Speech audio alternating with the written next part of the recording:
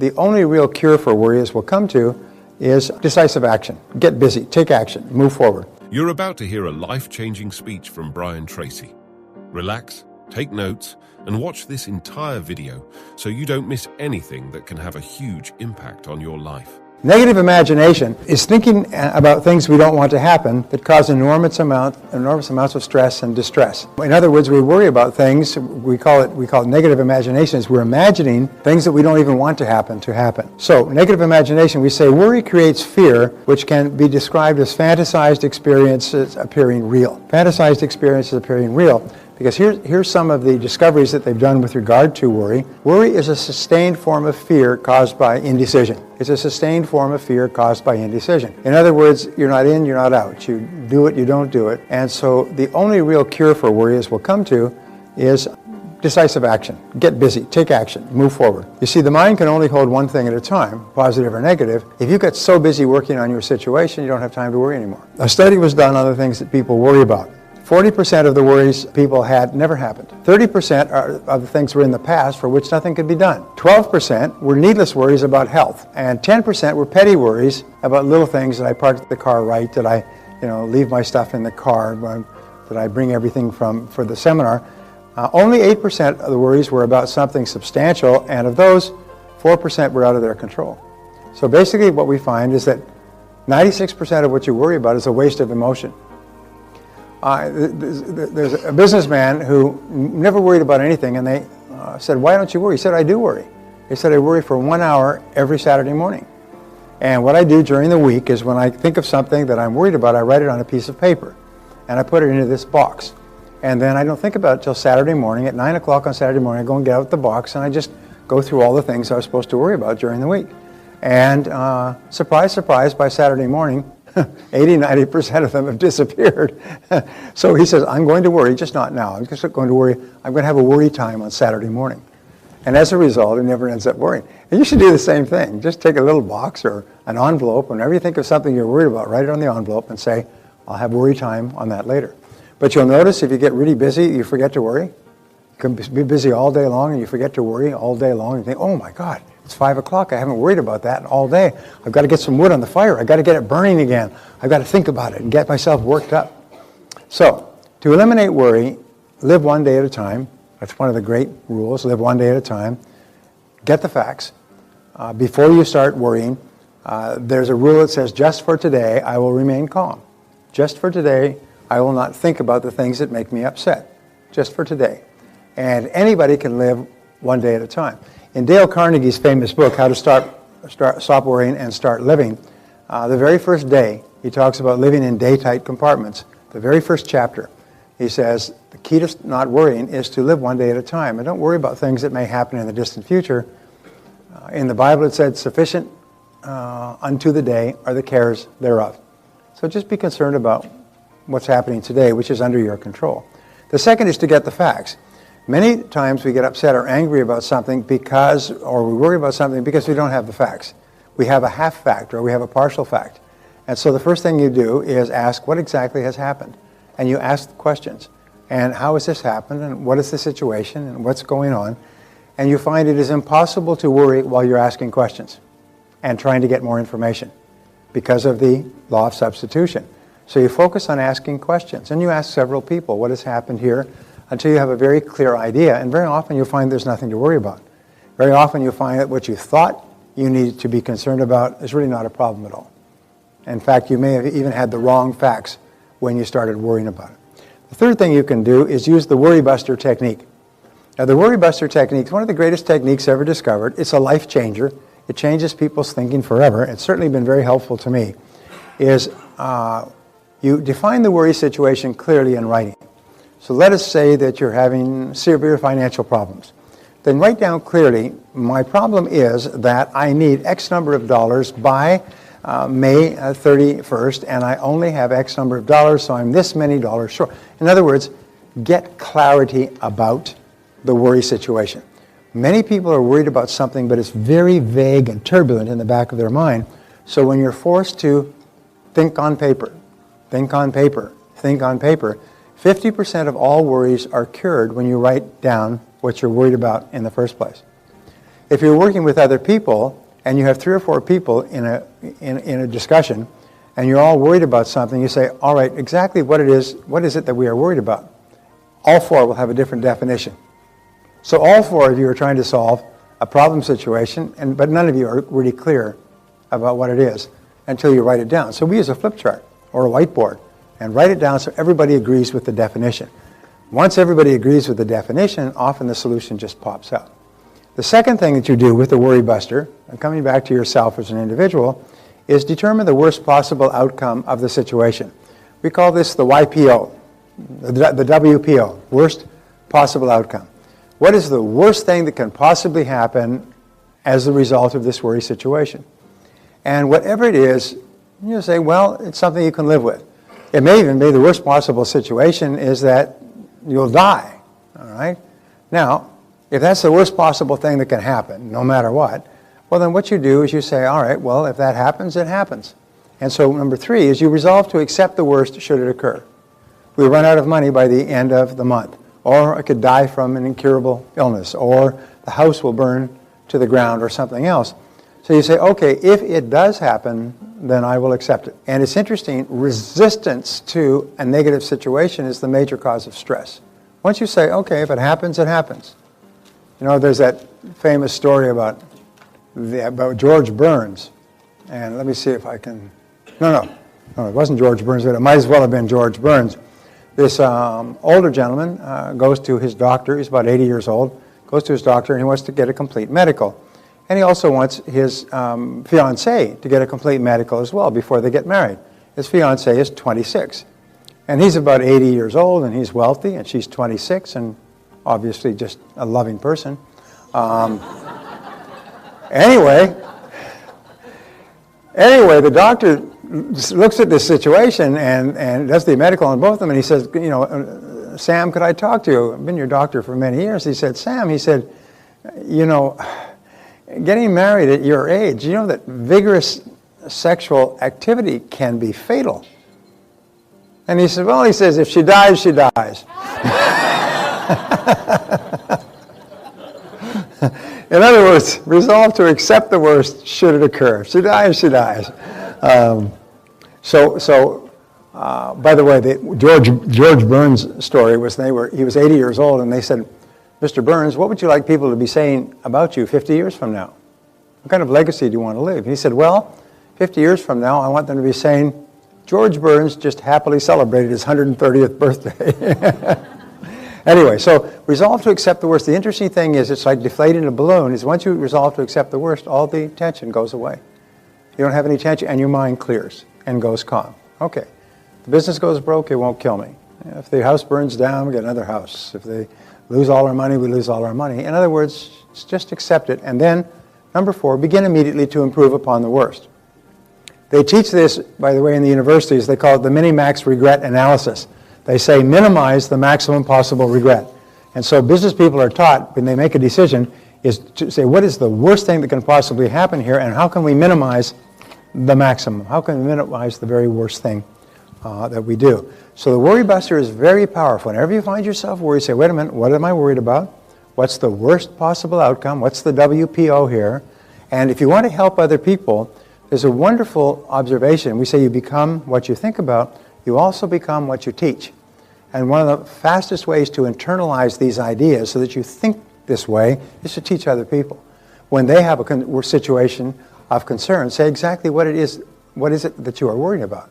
And then what's the worst that could possibly happen? And so if that were to happen, would it kill you? If the answer is no, so now what could you do to improve upon the worst? J. Paul Getty was famous for saying whenever he went into a business deal, the first thing he would do is say, what's the worst possible thing that could happen? He said, and then make darn sure it doesn't happen. And he would have his executives make darn sure that the worst possible thing doesn't happen. So begin immediately to improve upon the worst. And sometimes by simply facing it squarely, you can solve the worry situation quickly. All right, worry is a form of negative goal setting. It's setting goals for things that you absolutely don't want to happen. Thinking and talking about what you don't want to happen. And remember the law of cause and effect, the law of attraction, law of correspondence, law of belief, all these laws are neutral. They work with devastating effect on negative goals, just like they work with wonderful effect on positive goals. So if you're really worried about something, actually you're setting up a force field of energy to attract that into your life. There are some people who seem to always have bad luck. They seem to always have difficulties in their lives. But when you talk to them for 5 minutes, you know why. Because that's all they talk about. All they think about is possible negative things that could happen. Or negative things that have already happened that they can't do anything about, which they just keep rehashing. 6, worry is a sustained form of fear caused by indecision. One of the most powerful techniques, which we talked about, is decisiveness. Make a decision. You'll learn tomorrow why decisiveness is so important. But decisiveness is so powerful. It gives you so much control. And the only real antidote to worry is purposeful action. So what I want you to do is use the law of substitution. The law of substitution says get so busy working on your goals that you don't have time to worry. And the interesting thing is that if you get so busy working on a goal, minimizing the worst that can happen, soon you reach the point where you just don't worry anymore. Remember, worry is something you probably learned from a parent. One of your parents taught you to worry because they worried all the time. And they worried about little things and big things and little things and big things. And you grew up with a worldview that worried is what you do when you're an adult. And the other thing is the higher your self-esteem, the more you like yourself, the less you worry about things. People who worry about things think that if something goes wrong, it's a reflection on them. Something fails or it doesn't work out. And you have to say, no, if things just don't work out, it's not a reflection on you. Just because you fail when you try something, which is much better than trying nothing, doesn't mean that you're a failure. It means that you're a learner. Interesting point in America. Some of the most admired people in America are the entrepreneurs who started from nothing and built great fortunes. 3 or 4 who come to mind are, of course, Bill Gates, and then Warren Buffett and Larry Ellison of Oracle, and Michael Dell, and then the Waltons. 5 of the Bill Walton or Sam Walton's descendants are among the 5 richest people in the world. Nobody knows how, but he was able to split his entire $100 million worth of fortune amongst 4 kids and 1 wife, $20 million each. And nobody knows how, and the documents, all the trust documents were sealed. No taxes. Everything passed straight to his relatives with no taxes, none of those massive 55% taxes. And they sealed the agreement with the IRS. I don't know what it was. They sealed it, and nobody's ever been able to see it. Did you know that? That's one of those factoids, little facts of very little value, but nice to have. The interesting thing about these people is that these are successful entrepreneurs, and everybody's happy about them. In America, we really, really admire people who try and fail. We were talking about this the other day. If somebody tries a business and you meet them a year later, said, how'd your business go? I said, it went bust, lost everything. Geez, you say, wow, that must have been a great experience. What did you learn? What are you going to do next? In other words, there's no negativity about going broke in a business. The only person who feels really bad about it is probably you. For other people, what they're going to have for lunch is more important than the fact that you are bankrupt and living out of your car. What we do is we admire successful people. We admire them and we look at learning from them. In Italy, if you start a business, like even a barber shop, and you go broke, it's published in the paper like you're a criminal wanted for child molestation. Yes, this is what you did. It's an awful thing. It's an embarrassment to your family. You often have to leave that city and go and live somewhere else. You're not allowed to start another business for 10 years because you went broke in your business. In other words, it's a real badge of shame to have tried a business and started. That's why the level of entrepreneurship in European countries is very low. Whereas here, you can start a business, go broke on Friday, start a new one on Monday. And you can start it online for $49.95 with LegalZoom, and you're in business. Even before you can get business cards printed, which you can do online as well. and you could be in business on Monday morning. There, you may have to stay on the sidelines for a decade before you're allowed to start another business. So therefore, never be concerned about failing, and never let the possibility of failing hold you back. Which brings us to programming your mind for success. But before we do that, I'd like you to fill out this little exercise here and write down the worry situation, the things that you're worried about, and they're basically 4 or 5 categories. They're your relationships with other people, they're money, business, they have to do with health, they have to do with sales, income, and maybe things that have to do with other people and not in your business. So write down 3 to 5 things that you are worried about, and write down the worst possible thing that could happen. what's the worst that can happen if everything went to hell in a handbasket? And then fill out number 2. What specific steps will you take immediately to improve upon the worst possible outcomes in the first 3 above? What specific things will you do? What decisions will you make? What will you get into or get out of? And then finally, what one action are you going to take immediately to stop worrying and start living? One last point with regard to worry or negativity of any kind. Vince Lombardi once wrote these wonderful words. He said, "Fatigue doth make cowards of us all." And if we get really tired or worn out, especially physically tired or emotionally tired because we're in an emotionally stressful situation, and you get worn out, everything becomes exaggerated. You become more worried about small worries. You become angrier about small irritations. You become more depressed about reversals. You become fatalistic and think about quitting. So sometimes the very best thing you can possibly do is to just shut it all off and get a good night's sleep.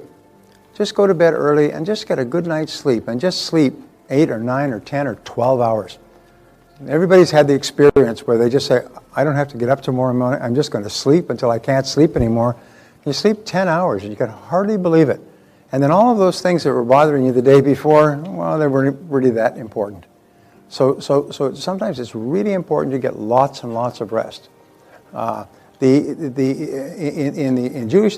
Jewish religion, there's what is called a Sabbath. And it's been one of my favorite concepts for years. There was a wonderful book written on it by a Jewish scholar about the Sabbath. And a Sabbath is they stop work at 6 o'clock on Friday, and then they take all of Saturday as the Sabbath, and they don't do anything. Now, they don't work, they don't catch up on their books, they don't even do anything intense. They just relax, spend time with the family, maybe in our time go for a walk, go to a movie, and so on. And it keeps going for 36 hours. It goes till 6 o'clock Sunday morning. And so what that means is you get 2 really good sleeps. I always think of sleeps. How many sleeps did you get? When Barbara and I go on a vacation, we find that you've got to be away for at least 2 sleeps. You can't go on a vacation on Saturday to a nice place, sleep there Sunday, and come back and then come back Sunday. It's not enough time for a vacation. 3 sleeps is better, but 2 sleeps is the minimum. But a Sabbath gives you 2 sleeps. It gives you 2 full nights of sleep where you completely relax, and you'll find that if after that 36 hours, the whole world looks different. You're much more relaxed, you're more positive, you see more possibilities, you're more creative, you see things that you can do, you have the energy to take actions, and so on. So sometimes if you get really tired or if you get burned out emotionally because of a stressful situation, the smartest thing you can do is nothing. Just relax, just back off and get lots and lots of sleep. It'll really help you. Okay, moving right along here, programming your mind for success. You know that a computer, if you program a computer, it simply operates on the basis of the computer, on the basis of the programming. If you want to get different results in your outer world, you have to put in a different program for your mental programmer. So this is how we do it. We say your self-concept is your bundle of beliefs inside that determines everything that happens to you. Remember, all change begins with a change in your self-concept, the way you see yourself and think about yourself and believe about yourself. There was a man many years ago, very famous, true story. His name was Victor Sarabriakov. And I learned this story from Zig Ziglar. And Victor Sarabriakov was the parent of immigrant laborers who came over from Russia. And he grew up and he went to school. And he seemed to float through school. He did whatever schoolwork was necessary. But he daydreamed a lot. And sometimes he read other things and looked out the window. And they concluded that he was probably mentally retarded, he had learning deficiencies, wasn't really set up to be very successful, and so he was just passed through on the never, never, never get failed plan, where they just keep passing the problem kids on to the next grade and it doesn't come back. And so he went all the way up to the 10th, 12th grade, and he was still looking out the window, and he sat down with his counselor in the 12th grade, and they suggested that he join the Army. Because in the Army, he could get a nice job, cleaning latrines or being a carpenter or driving a truck, where they would provide for him for 25 or 30 years, and then he could have a nice pension, and he could retire, and he would be safe and secure. And he didn't think much about that, so he left school and he drifted, and he worked as a farm laborer, and he worked as a janitor, and he worked cleaning up motels, and he just drifted across the country. And one day when he was down on his luck, about 2 years later, he'd been drifting around, he's now about 20 years old, he saw a sign, the Army needs men. And he remembered the recommendation from his guidance counselor in high school. So he went in and he applied to enroll, to register, what do they call it, to sign up for the Army. Pardon? To enlist, yes, to enlist, thank you. So he went in to enlist, and they said fine, and his background was average grades in high school and labor for 2 years, not great Army material. So they gave him a battery of psychological and intelligence tests. When they came back with the tests, his IQ scored at 172. And they said, no, there's something wrong here with this test, this score. So they tested him again. They had him take the test again, came out at 176. His IQ was higher than Einstein's of 170. They couldn't believe it. They took him in and they sat him down and they said, Mr. Serebryakov, you're the smartest person who's ever tried to enlist in the Army. And he said, yeah, but I got terrible grades throughout school. And they had a psychologist there, and he said, well, it's because you basically have a photographic memory. You memorized everything there was to learn in school. The instant it was first mentioned, it was completely boring for you. That's why you're looking out the window all the time. He said, that's true. He said, I never failed an exam because he learned everything like a sponge absorbs water. They said, Mr. Serebryakov, if you'll join the Army and you'll go into our nuclear physicist training, we will put you through university if you will stay in the Army for 4 years after your degree. And he said, sounds good to me.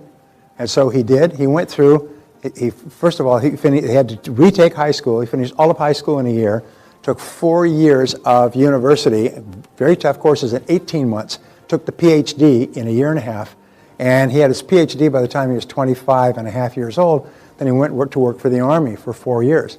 While he was there, he developed 2 or 3 new technologies, defense technologies, that 2 of which the Army was very interested in. The others said, we're not interested in this.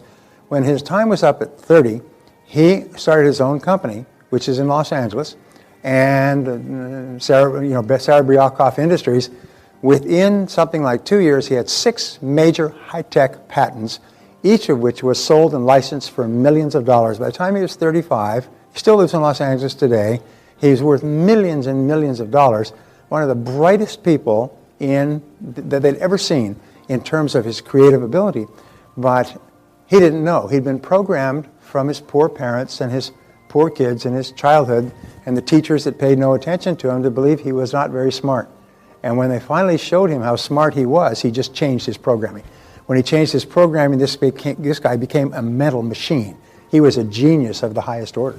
So it's very possible for us to change all of our external results by changing our programming about ourselves.